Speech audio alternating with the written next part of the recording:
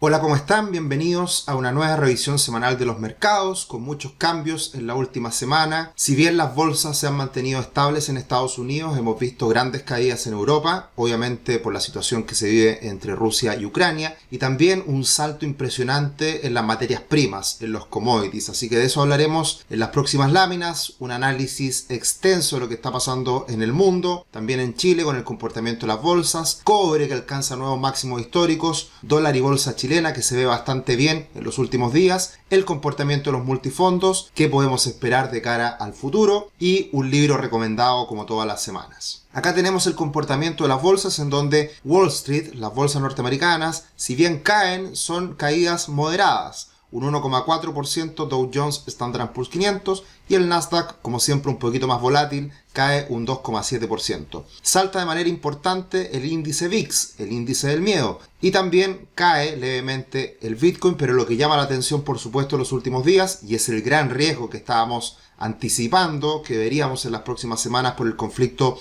entre Rusia y Ucrania, es el gran salto del precio del petróleo, más de un 25% solo en esta última semana. El oro también sube cerca de un 5% y buenas noticias para Chile, el cobre sube cerca de un 10% en la última semana. Analizando el tablero de acciones norteamericanas, vemos que las tecnológicas lo pasan mal, también lo pasa muy mal el sector financiero. Obviamente una crisis a nivel global puede afectar la situación financiera de los bancos, pero también muy importante, en los últimos días ha ido disminuyendo la posibilidad de que la Fed suba las tasas. Recordemos que los bancos venían muy bien en un contexto de alza de tasas. Si eso se disminuye, esa posibilidad, si se rebaja la posibilidad de alzas de tasas, los bancos lo empiezan a pasar un poco mal. Al costado derecho, obviamente los que viven un buen escenario en este momento son las acciones del petróleo, de la energía, como lo hemos venido comentando las últimas semanas con Chevron y ExxonMobil, que sube más de un 8%, también otras empresas más pequeñas como ConocoPhillips, entre otras. Así que esa es la distribución de la semana, del tablero, y también algunas empresas que lo han pasado bien en los últimos días son las de cuidado de la salud, al medio, al centro del tablero. Obviamente la situación actual es preocupante, obviamente la crisis que se vive geopolítica a nivel global y particularmente la guerra entre Rusia y Ucrania no se calma, no se frena, sigue avanzando Rusia en el territorio ucraniano y también siguen avanzando las medidas de los gobiernos y las empresas en Rusia. Ya se han hablado de muchas restricciones respecto a la compra de materias primas, de petróleo particularmente,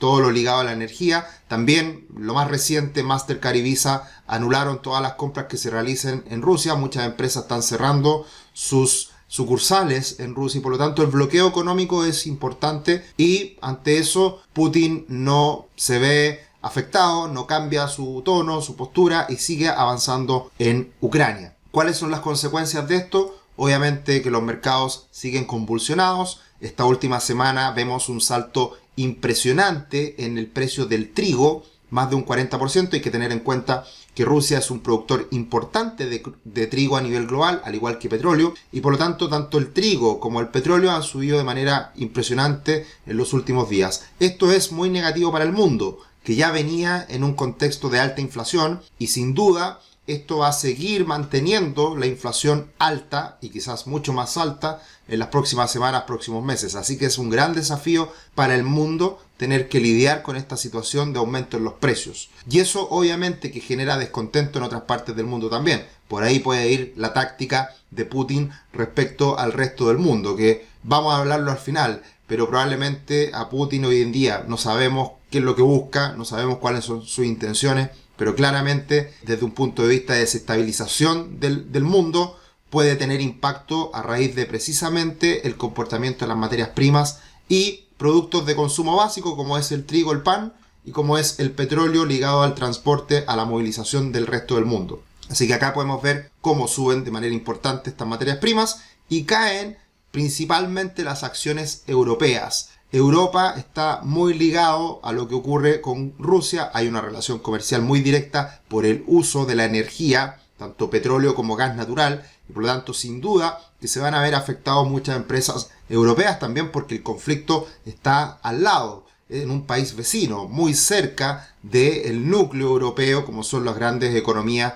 de Alemania, Italia, España, y Francia, todas las grandes economías de Europa que se pueden ver afectadas en una situación de crisis geopolítica como la que estamos viendo hoy en día. Acá está el salto del precio del trigo, que ha sido impresionante en las últimas semanas. Sube prácticamente ya lo veíamos, un 40% solamente en la última semana, y eso es obviamente una muy mala noticia para el mundo, así como también esta alza impresionante del conjunto de materias primas. Acá está el índice de commodities de Bloomberg, que alcanza un máximo histórico. Esos máximos históricos los habíamos visto 2008, previo a la crisis financiera, también el 2011 con el máximo histórico del precio del cobre, y también en esa época, recuerden, el petróleo había alcanzado un máximo histórico en $140 el barril aproximadamente, el WTI. Así que estamos hoy en día como el conjunto de materias primas más alto, a pesar de que el petróleo todavía no alcanza ese máximo histórico, que probablemente ya mira ese nivel de reojo, y es probable que en los próximos días, de no cesar la invasión de Rusia a Ucrania, el precio del petróleo pueda seguir subiendo en el corto plazo. Ante toda esta situación, los flujos, las salidas de capital, de dinero de Europa han sido enormes. Acá podemos ver el gráfico de entradas y salidas de dinero, y ha salido de manera impresionante cantidades de flujos desde Europa. Así que eso demuestra obviamente la repercusión en la caída importante de las bolsas europeas. Acá tenemos una gráfica del diario 5 Días, el diario Salmón de España, que muestra cómo se han comportado las bolsas en lo que va del año.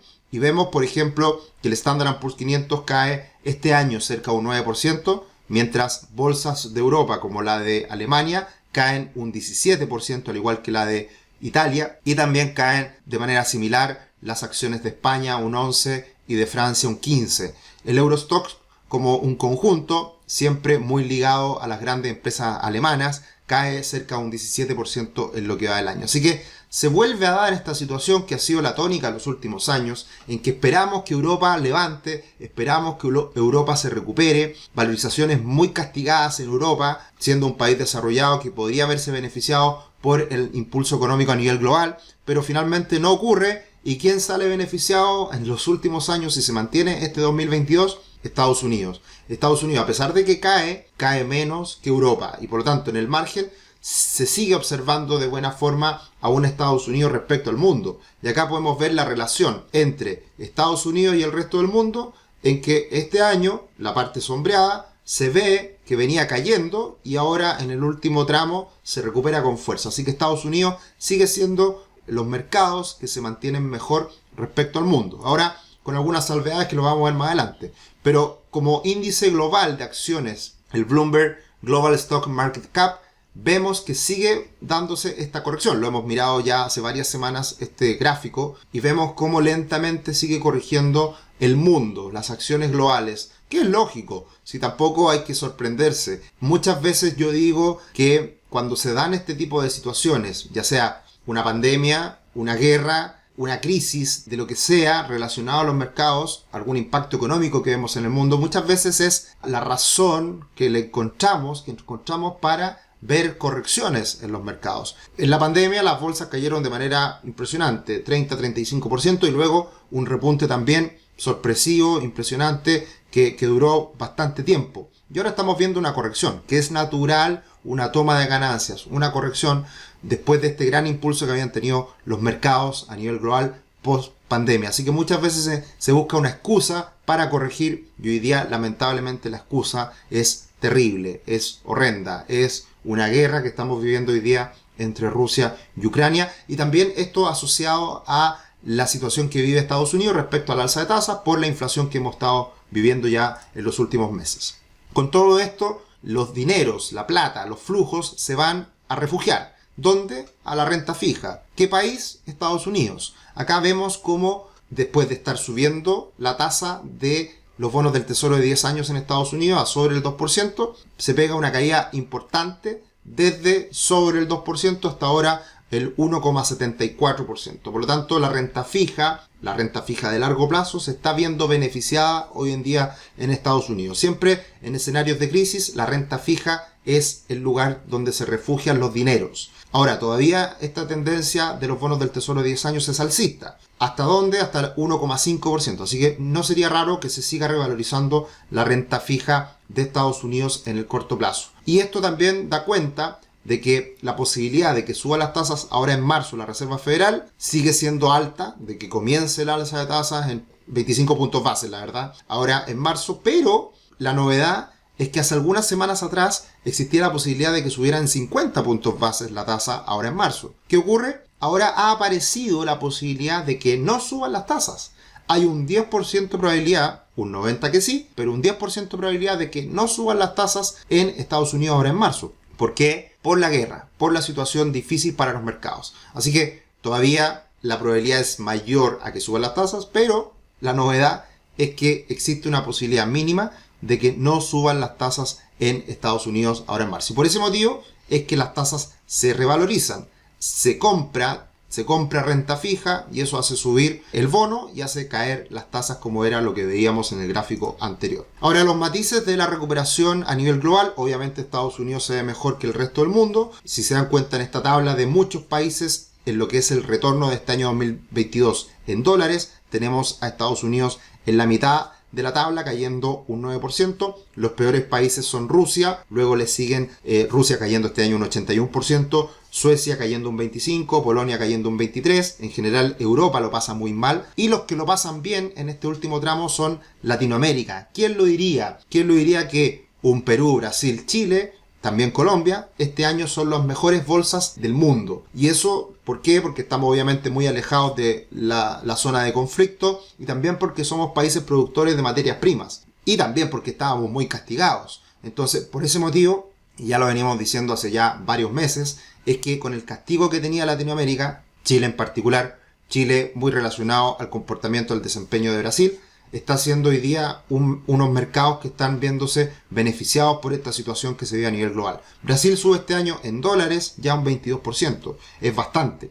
Y Chile no lo hace mal, subiendo un 17% en dólares. Ahora muchos dicen, y pasamos a otro ámbito de la discusión, de los comentarios de los últimos años, es que el dólar pierde valor en el mundo, el dólar se está debilitando, el dólar va a morir, el dólar no tiene valor, por todas las situaciones que hemos vivido en los últimos años, y por eso se habla también de cómo las criptomonedas pueden venir a suplir este valor que tiene el dólar a nivel global. Ok, el dólar se debilita, pero siempre hay que comparar el dólar respecto a otras monedas. Y resulta que en los últimos 10 años, si comparamos al dólar respecto a todas las monedas a nivel global, el dólar se fortalece. Entonces siempre hay que tener en cuenta que en divisas hay que comparar una moneda respecto a otra. Y el dólar se sigue viendo beneficiado en los últimos años, ha subido bastante en lo más reciente respecto al euro, por ejemplo, por la misma situación que conversábamos antes de la crisis geopolítica, la guerra entre Rusia y Ucrania. Y acá tenemos el conjunto de divisas a nivel global. En los últimos 10 años,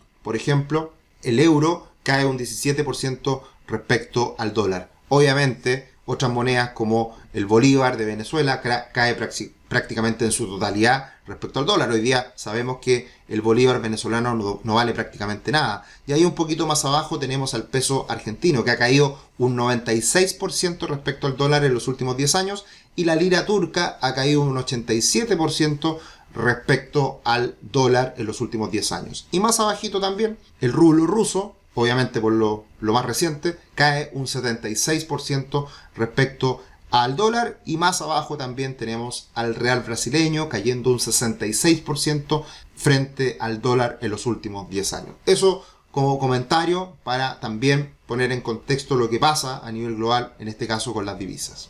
Como siempre, muy agradecidos de que nos vean semana a semana, que nos sigan, que se sumen a nuestro canal en YouTube, Finanzas Personales y Educación Financiera, con mucho contenido que vamos subiendo semana a semana. Y también los invitamos a que nos sigan a otras redes sociales como Instagram y Twitter, @cetricio, @rubixcl. Este mes de marzo viene recargado. El año comienza de verdad en marzo en Chile y tenemos muchos webinars, mucho contenido que entregarles y mucho contenido gratuito. Acá pueden ver cuáles son las temáticas que hablaremos este mes. Ha habido mucho interés por la inversión en el extranjero de Chile y por lo tanto vamos a hacer una masterclass con 4 webinars relacionados a la inversión en el extranjero. Hablaremos de tributaria, de cómo tributar esas inversiones en el extranjero en Chile, de inversión inmobiliaria en Estados Unidos. Hablaremos de cuáles ETF, cuáles alternativas son atractivas hoy en día, y también hablaremos de cuáles son los custodios, dónde podemos dejar esa plata fuera de Chile. Así que una masterclass, los dejo invitados a que se sumen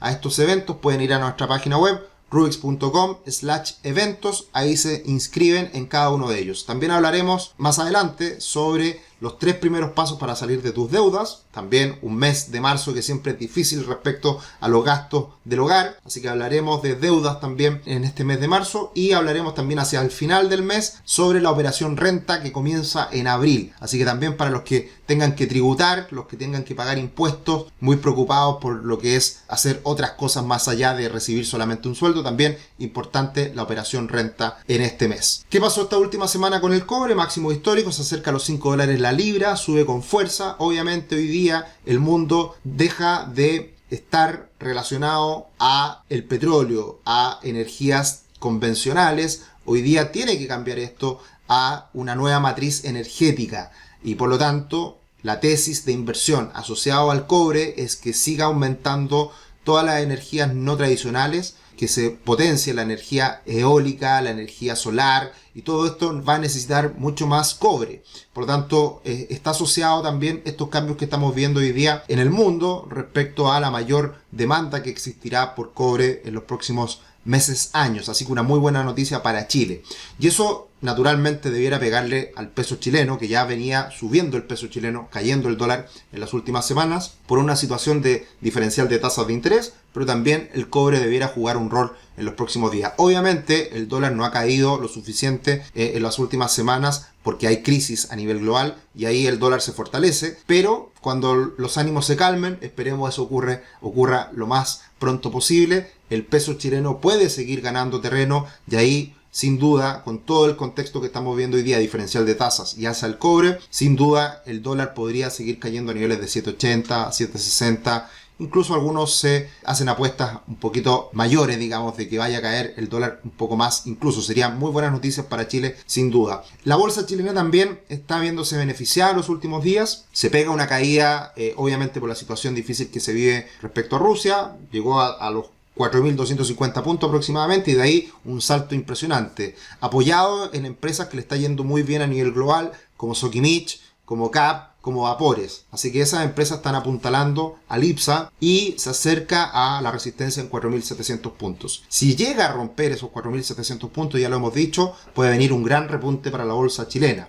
Y haciendo referencia a Tomás Casanera, que ya nos acompaña en algunos webinars con nosotros y que seguiremos haciendo webinars con Tomás, y viene también el curso Value Investing ya absolutamente cerrado, absolutamente confirmado. Viene el curso de Tomás en los próximos meses. Habla justamente de una acción que mencionamos en el último webinar, que es una de sus favoritas, CAP. Y lo que dice Tomás es que CAP, en el último ejercicio, asociado a las utilidades del último ejercicio, está entregando 2.400 pesos por acción. Al día de hoy, la acción en 10.800 pesos, en el último año estaría entregando dividendos sobre el 20%. Ahora anunció un dividendo de 1.800 pesos, justo cerrando la semana. Así que solamente ese último dividendo que se paga en los próximos días es aproximadamente un dividendo del 20% respecto al valor en bolsa hoy día de la acción. Eso es invertir en valor, eso es elegir una empresa que en pandemia llegó a caer a niveles de 2.000, 2.500 pesos, y solamente en un año las utilidades van a pagar ese valor de la acción en mínimos de hace un poco más de un año. Eso es lo interesante de tener esta información, de saber qué elegir, dónde invertir, y cómo empresas de este estilo han ganado muy buen dinero en el último tiempo. Pasando a comparar a Chile con Brasil, ya lo mencionábamos, Brasil se recupera este año, sube más de un 20% en dólares, y le sigue ese mismo comportamiento a la bolsa de Chile, muy pegaditas, se van recuperando, van terminando con la tendencia bajista del último tiempo, así que buenas noticias para las bolsas de Latinoamérica. Pasando al comportamiento de los multifondos, la última semana es positiva, suben todos los multifondos, pero hay que tener en cuenta que no están considerados los últimos 2 días de la semana, que fueron malos para los mercados a nivel global. Así que es muy probable que los multifondos más riesgosos lo sigan pasando mal en el corto plazo. Y lo que hemos dicho en el último tiempo, desde esos mínimos del multifondo E, desde esos pésimos momentos que se vieron en octubre del año pasado, la recuperación ha sido impresionante. El multifondo E ha subido cerca de un 20%, ha subido mucho el multifondo E, y a su vez en el último tramo, desde enero a la fecha, el multifondo A ha caído también de manera importante, más de un 10%. Entonces, la brecha que se aumentó muchísimo en su minuto entre el E y el A, acá tomando en consideración los datos de Cumprum, vemos cómo se ha ido ajustando esa brecha, se está cerrando rápidamente, y por lo tanto, más que hoy día salir arrancando el multifondo A, de los fondos más riesgosos, tómenselo con calma. Esto es a largo plazo y ya parte importante de la corrección ya se ha vivido. ¿Qué tanto más puede caer? Sin duda que puede caer más, pero hay que irse con cuidado cuando se hacen estos cambios en momentos complejos para los mercados como el que estamos viviendo hoy día. ¿Qué podemos esperar? Rusia. Rusia es el foco, Rusia es lo que todo el mundo está mirando. ¿Qué va a hacer Rusia? Y Rusia perdió mucho impacto, mucho poder económico en los últimos años. Hoy día Rusia, como porcentaje del PIB de Estados Unidos, solamente un 5%, cuando China es más de un 70%. Por lo tanto, Rusia hoy día pesa poco en cuanto a generación de crecimiento, PIB a nivel global, pero tiene mucho poder. ¿Y por qué tiene poder? Porque tiene a un loco liderando a este país. Vladimir Putin no le importa nada, y ya hemos visto que a pesar de la caída de su bolsa, a pesar de la caída de su moneda, no ha parado de invadir en su momento a Georgia, a Crimea y ahora a Ucrania. En todo este periodo, en estos más de 10 años, lo único que ha hecho la bolsa y el rublo ruso es caer. Por lo tanto, lo único que ha ido haciendo Rusia es seguir perdiendo poder económico, seguir debilitándose, pero a pesar de eso lo sigue haciendo. ¿Cuáles serán las intenciones de Putin? No lo sabemos. Lo que sí sabemos, al costado derecho, es que cuando invadió a Georgia o invadió a Crimea, su aprobación, tanto de él como del gobierno, aumentaron. Por lo tanto, quizás la jugada hoy día es política para aumentar su aprobación, que venía disminuida. ¿Tendrá efecto eso? No lo sé. Es difícil. Hemos visto varias señales en que la gente más joven, sobre todo, se está rebelando respecto a lo que está haciendo, obviamente, Rusia. Pero no sabemos qué es lo que se vive al interior de Rusia. Por lo tanto, es difícil de evaluar desde acá tan lejos. Pero claramente hay intenciones detrás de Putin de desestabilizar al mundo, y probablemente ahí está asociado a la inflación. Ya lo hablábamos al inicio: aumento del precio del trigo, aumento del precio del petróleo, y eso genera inflación. Y lo que justamente Charlie Munger, el socio de Warren Buffett, hablaba hace pocos días atrás en una entrevista, es que la inflación es un tema muy serio. Se podría argumentar que es la forma en que mueren las democracias. Por lo tanto, acá se puede estar desestabilizando el mundo por este aumento de la inflación, que ya venía alta y podría seguir subiendo en el corto plazo. Ahora, desde un punto de vista de los mercados, estamos hoy día en un nivel de temor, en un nivel de miedo importante, y eso suele ser bueno para invertir en bolsa, pero sin duda en el corto plazo puede seguir el temor, pueden seguir los vaivenes, los movimientos de la bolsa, en donde probablemente ya quedan todavía semanas de pasarlo mal en inversión en bolsa. Ahora, lo que hay que tener en cuenta, y hemos hecho mucha referencia a este instrumento, al ETF de Arca Innovation, es que ha caído más de un 60% este instrumento, que subió como la espuma post pandemia. ¿Qué es lo que hay que tener en cuenta hoy día? Lo siguiente. Otro indicador que uno siempre toma en consideración, más allá del precio utilidad, precio bolsa libro, es la relación precios de las acciones versus las ventas. Y en algún momento este ratio llegó a ser de 33 veces. 33 veces precio-ventas. Hoy día es de 8,5, mucho más normal. Por lo tanto, desde un punto de vista de lo que puede pasar a futuro, obviamente un ETF que ha caído de esta manera y que hoy día está en niveles más razonables de precio-ventas, obviamente hoy día pasa a ser una inversión más atractiva, a diferencia de lo que era en su momento cuando estaba en máximo este ETF sobre los $150. Eso es lo que hay que tener en cuenta, eso es lo que hay que saber, eso es lo que hay que ponderar a la hora de invertir en un instrumento. En este caso es un buen ejemplo de que se ha relajado bastante el valor de lo que hay detrás de ese ETF. Y obviamente lo que va a ser muy importante en esta semana que inicia es la inflación, tanto en Estados Unidos como en Chile. Se esperan los datos de inflación el día jueves, así que estaremos muy atentos a cómo salga esa inflación en Estados Unidos. Poquito antes, me parece que el martes saldrá la inflación en Chile, así que también estaremos muy atentos a cómo sigue evolucionando la inflación tanto en Chile como en Estados Unidos. Ya lo mencionábamos hace un rato atrás, un guiño a cómo mueren las democracias. Este es un libro que yo no he leído, lo tengo pendiente, pero es un libro interesante en donde se plantea cómo se mueren las democracias, cuáles son los riesgos. ¿Están nuestras democracias en peligro Obviamente que sí, cuando aparece el populismo, cuando aparece algunos líderes que quieren hacer cosas que muchas veces son difíciles de cumplir. Esto se puso mucho de moda también